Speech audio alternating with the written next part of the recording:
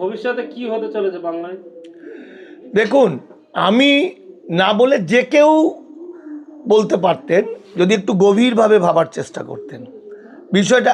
তবে আজকে যে ব্যাপারটা দাঁড়িয়েছে সেটা কীরকম জানেন তো, সেই মহাভারতের ধৃতরাষ্ট্রের যে একজন সহচর ছিলেন এবং তিনি সারথীও ছিলেন, তাকে ঋষি বেদব্যাস তাকে একটা দান করে একটা বর দিয়েছিলেন। সেই বরের জন্য সেই ভদ্রলোকের নাম ছিল সঞ্জয়। সঞ্জয় কিন্তু দূর থেকে মানে যুদ্ধের সময় সব বলে দিতে পারত, কবে কি হবে কি হচ্ছে সব। তো অনেকে মনে করতে পারে যে সঞ্জয়ের মতো আমিও সবটা দেখতে পাচ্ছি কি করে। এটা কিছুই নয়, এটা বিষয়ের গভীরে থাকলে পরে যে কেউ ব্যাখ্যা দিতে পারবে এবং বলতে পারবে। আমি সেই জায়গা থেকে আমি এখন যেটা বোঝাচ্ছি সেটা হচ্ছে যে দেখুন, এই ভোট যখন আমার বাংলার এসআইআর করে 91 লক্ষ ভোটার ডিলিট হলো, 27 লক্ষ মানুষকে অ্যাডজুডিকেশন করে বাতিল করলো, তখন আমি বলেছিলাম এই ভোটের কোনো মূল্য নেই, এই ভোট দরকার নেই, যে রাষ্ট্রপতি শাসন জারি ভালো। তারপরে আমি বিভিন্ন মানুষকে বলতাম যে দেখো সব কেড়ে নেবে, মানে ভোট যাই হোক সমস্তটাই কেড়ে নেবে। তার কারণ আছে, কারণ এটাই আরএসএসের 100 বছর পূর্ণ এবার হিন্দু রাষ্ট্র ঘোষণা। আপনারা জানেন যে গত কয়েকদিন আগে, কিছুদিন আজকেই দেখলাম আরএসএসের প্রধান মোহন ভাগবত তিনি বলছেন নরেন্দ্র মোদীকে, নরেন্দ্র মোদী তার হাত চেপে ধরে কি একটা উত্তর দিয়েছে যে সৈনিকদের মধ্যে 50% মানুষ আছেন যারা প্রকৃত হিন্দু নয়, মানে বর্ণ হিন্দু নয়, ব্রাহ্মণ ক্ষত্রিয় বৈশ্য নয়। এই অচ্ছুতরা কুড়ে কুড়ে খাচ্ছে, মানে এদেরকে এখনই বাদ দিতে হবে, এদেরকে বাদ দিতে হবে। তো সেই দিকে যাচ্ছে। আমরা যা যা বলেছিলাম তাই মিলেছে, কিন্তু বাঙালির হতাশ হলে হবে না। অত্যন্ত ভালো দিন আসছে আমাদের। কেন জানেন কেন এত ভালো দিন? কারণ বাম আমলে আমরা গণতন্ত্র, ধর্মনিরপেক্ষতা অনেকটা এনজয় করেছি। আমরা নাবালক ছিলাম, সাবালক হইনি, সবটা তো হয়ে যেত। তৃণমূলের আমলে কি হয়েছে? তৃণমূলের আমলে আমাদের অভিমান বেড়ে গেছে। অমুককে দিল, আমাকে দিল না কেন, অমুককে আমাকে কম দিল কেন, এই বলে ফেললো কেন, ওই দিল্লি থেকে আন্দোলন করুন বললো কেন, এই হরিচাঁদ গুরুচাঁদকে বলতে গিয়ে রঘুচাঁদ গুরুচাঁদ বলে ফেললো কেন। এটা অভিমান ছিল, কারণ আমাদের একটা ছাতা ছিল, সেই ছাতা আমাদের রক্ষা করতে প্রত্যেকটা ক্ষেত্রে বাঙালিকে বুক দিয়ে রক্ষা করেছিল, যে পার্টিই করুক। তিনি জননেত্রী মমতা বন্দ্যোপাধ্যায়। আজকে বিজেপির আমলে আমরা সাবালক হয়েছি, আমরা যুবক হয়েছি। আমাদের বুঝতে হবে স্ট্রাগল ফর এক্সিস্টিং, আমাকে বেঁচে থাকার লড়াই করতে হবে প্রতিটি মুহূর্তে। ভয়াবহ ভয়াবহ সরকার আসতে না আসতে বুলডোজার নেমে গেছে, বস্তি উচ্ছেদ হচ্ছে, মেরে পিটিয়ে শেষ করে দিচ্ছে, খুন হচ্ছে, মসজিদ মক্তব আগুন লাগিয়ে দিচ্ছে। কে অর্ডার দিচ্ছে দেখুন ভালো করে। এখনো কিন্তু সরকার হয়নি, সরকার হবে কালকে। তাহলে আজকে বা গতকালকে, গত 3 দিন ধরে কারা অর্ডার দিল? অর্ডার কারা দিল? বিজেপির কি কেউ দিল? কোনো নেতা দিল? কোনো অফিসার দিল? তাহলে নোটিশ যাচ্ছে কি করে? মানুষের মধ্যে একটা প্রশ্ন নেই? আসলে মানুষের মধ্যে যে পশুত্ব, যে হিংস্রতা, যে ভয়াবহতা, সে বহু মানুষের মধ্যে আছে। তার জন্য কোনো রাজনীতি লাগে না। সিপিএম হতে পারে, কংগ্রেস হতে পারে, তৃণমূল হতে পারে, বিজেপি হতে পারে, বা এই যে লুম্পেন এবং পশুর দল, তারা নেমে পড়েছে, তারা হুটলাট করছে চারিদিক। এখন এই মানুষগুলো ধ্বংসলীলায় নামছে। এটাই নিয়ম পৃথিবীতে, এটাই হয়ে এসছে। এদের হাত থেকে বাঁচতে এবার মানুষ সংঘবদ্ধ হবে। একটা জিনিস বুঝুন, আজকে সিপিএমের আমলে আমরা যখন সিপিএমের যে নেতা মন্ত্রীরা ছিলেন পুরোপুরি কমিউনিস্ট না হলেও তারা মাটি থেকে উঠে এসেছিলেন এবং তাদের মধ্যে তাদের আদর্শ নীতিটা ছিল। তৃণমূল যে সরকারে এসছেন এবং মমতা ব্যানার্জি নেতৃত্ব দিচ্ছিলেন তার বেশিটাই বাম ঘরানার মানুষ। সিঙ্গুর নন্দীগ্রাম আন্দোলন করেছিলেন বাম ঘরানার, এরা জেনে শুনে লড়াইটা করেছে।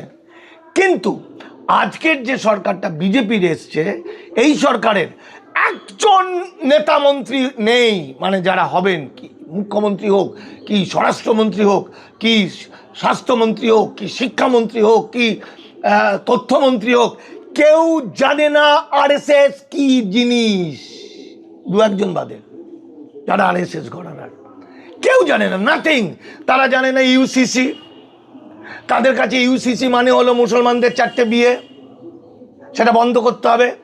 তাদের মধ্যে তারা এই বোধটা নেই যে তার জানাশোনা একটা লোককেও সে দেখাতে পারবে না 4টে বিয়ে।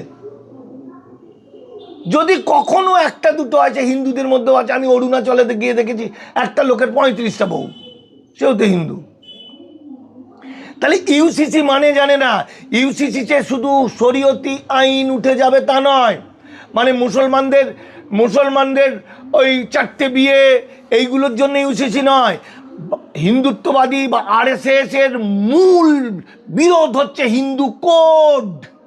যে হিন্দু কোড 1950 সালে উত্থাপন করে বাবা সাহেব আম্বেদকর পদত্যাগ করতে বাধ্য হয়েছিলেন, তার উপরে এত আক্রমণ হয়েছিল, সেই হিন্দু কোডকে আইনে রূপান্তরিত করেছিলেন জওহরলাল নেহরু 1956 সালে।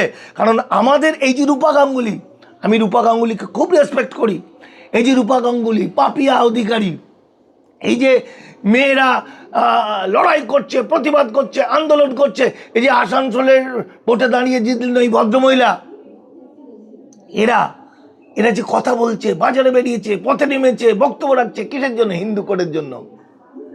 আগে হিন্দু মেয়েরা ডিভোর্স করতে পারতো না, হিন্দু কুলীন ব্রাহ্মণ 100-150 বিয়ে করত, হিন্দু মেয়েদের বাবার সম্পত্তির অধিকার ছিল না, বিধবা বিবাহ হতো না, বিদ্যাসাগর সিম্বলিকভাবে করলেও আইনত হতো না, ক্লিয়ার?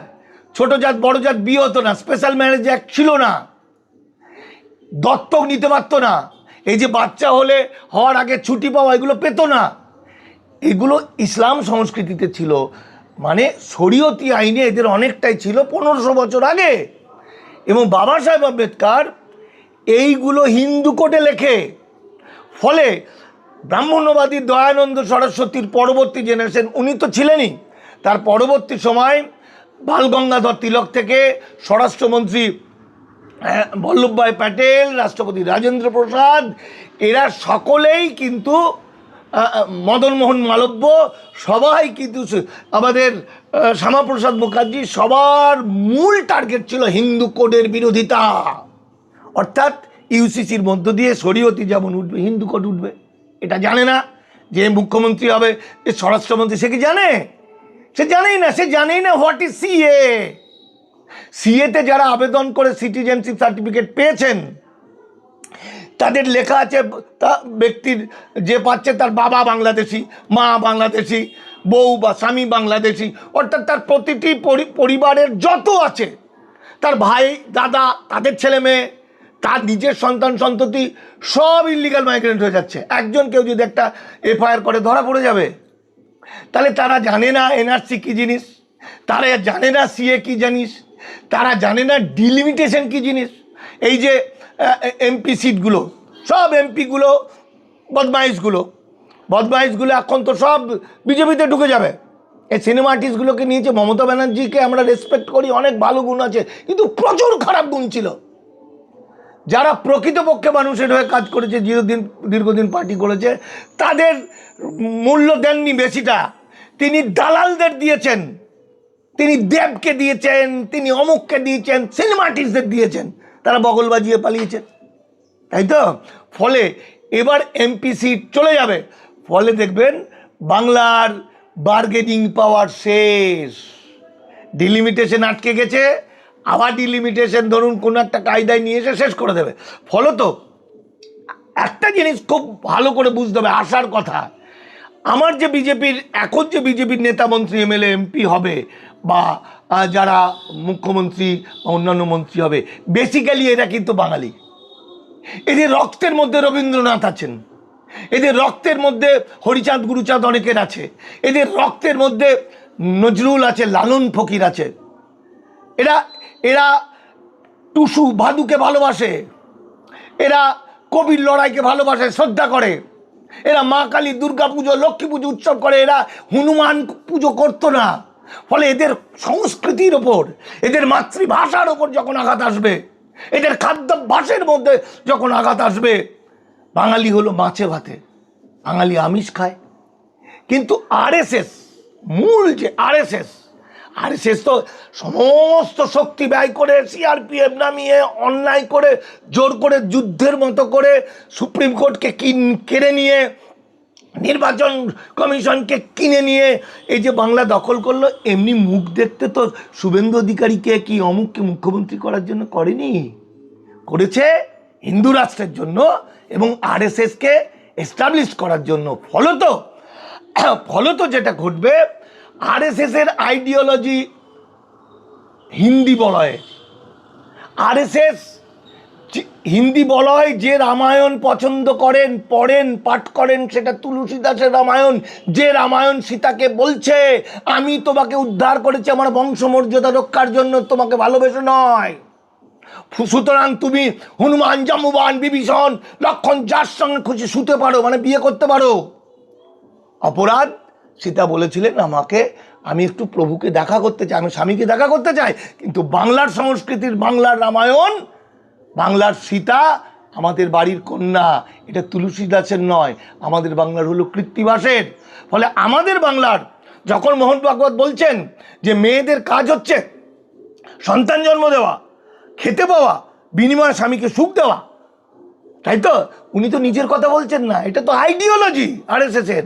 আর আমার বাংলার রামায়ণ প্রেমী, সীতা প্রেমী আমার বাঙালিরা, হিন্দু হোক, মুসলমান হোক, যখন তার বাড়ির মেয়েটিকে বা বৌমাটিকে কোনো শয়তান ছিঁড়ে খায়, ধর্ষণ করে, তুলে নিয়ে যায়, তারপর তাকে উদ্ধার করার জন্য জীবন অতিবাহিত করে বাঙালি, তারপর সেই কন্যাটিকে, সেই মাটিকে, সেই মেয়েটিকে বলে, মারে, এতে তোর কোনো দোষ নেই, মনে কর খ্যাপা কুকুর কামড়েছে তোকে, ভুলে যা, তুই চান কর, দেখ সব নোংরা তোর ধুয়ে যাবে। এটাই বাংলা সংস্কৃতি। ফলত এই যে লাগাতার অত্যাচার আসবে, লাগাতার অত্যাচার আসবে, সেই অত্যাচারের ফলে বাংলায় যারা নেতা মন্ত্রী হবে, এরা তো আকাশ থেকে পড়বে। এরা তো জানেই না যে এনআরসিতে 1952 cut off date, crore crore মানুষ এনআরসিতে বাদ যাবে, এদের নেতা মন্ত্রীদের আত্মীয় স্বজনরা বাদ যাবে। বাড়িতে মা বলবে তুই একটা কুলাঙ্গার ছেলে, পাড়ার লোকেরা বলবে তোকে ঢেলা মারবো, তুই কুলাঙ্গার ছেলে। যে স্বরাষ্ট্রমন্ত্রী হবে তাকে বুলডোজার দিয়ে মসজিদ, মাজার, মক্তব, মাদ্রাসা, গোরস্থান ভাঙতে হবে, ওয়াকফ সম্পত্তিগুলো। অথচ এই মানুষটা হয়তো ব্যক্তি জীবনে মুসলমানদের খুব ভালোবাসেন, বা তাদের বাড়িতে খাওয়া দাওয়া করে একটা যেমনভাবে বাঙালি সমাজ, কিন্তু রাজনীতির কারণে তারা বিরোধিতা করেছে, মুসলমান বিরোধিতা করেছে, আসলে তো সে বাঙালি। ফলত বাংলা একটা ভয়াবহ বিপদ। এই ভয়াবহ বিপদের হাত থেকে শুধু সিপিএম নয়, তৃণমূল নয়, কংগ্রেস নয়, এই বিজেপি করা ক্ষমতার জন্য যারা বিজেপি করেছে, বা তৃণমূলের নিচের স্তরের ব্যাপক অত্যাচারের ফলে যারা বিজেপিতে এসেছে, এদের মধ্যেও মানুষ আছেন, এদের মধ্যেও বাঙালি আছে। এরাও কিন্তু সব এক হয়ে মিলেমিশে যাবে, মিলেমিশে গিয়ে বাঙালির জাতিসত্তাকে রক্ষা করার জন্য, বাংলাকে রক্ষা করার জন্য তারা লড়াই করবেন। কারণ যত দিন যাবে, যখন বাঙালি এই নেতা মন্ত্রীরা বাঙালির বিরুদ্ধে সেইভাবে মানে অত্যাচার করে বিজেপিকে খুশি করতে পারবে না, তখন কিন্তু কেন্দ্রীয় সরকার এখানকার নেতা মন্ত্রীদের তাড়িয়ে দাঁড়িয়ে একটার পর একটা, গুজরাট থেকে, উত্তরপ্রদেশ থেকে, মধ্যপ্রদেশ থেকে অবাঙালি, হিন্দিভাষী, আমি হিন্দিভাষী সবাইকে খারাপ বলছি না, বহু মানুষ আছে যারা আরএসএস পন্থী মানুষ, তাই সেই আরএসএসের আদর্শকে যারা বিশ্বাস করে, তারা এই পশ্চিমবঙ্গে আসবে, বাঙালি জাতিকে ধ্বংস করার জন্য চেষ্টা করবে। তাই আগামী দিন বাঙালির পক্ষে, বাংলার পক্ষে অত্যন্ত ভালো। দীর্ঘ 100টা বছর ধরে যে পাপ, ব্রাহ্মণ্যবাদ, মনুবাদ যে আমাদের বিচ্ছিন্ন করে দিয়েছিল, হিন্দু মুসলমান, আমরা কিন্তু এক হয়ে উঠব, বাঙালি হয়ে উঠব। বাংলাকে রক্ষা করার জন্য আমরা সকলেই প্রস্তুত হয়ে আছি।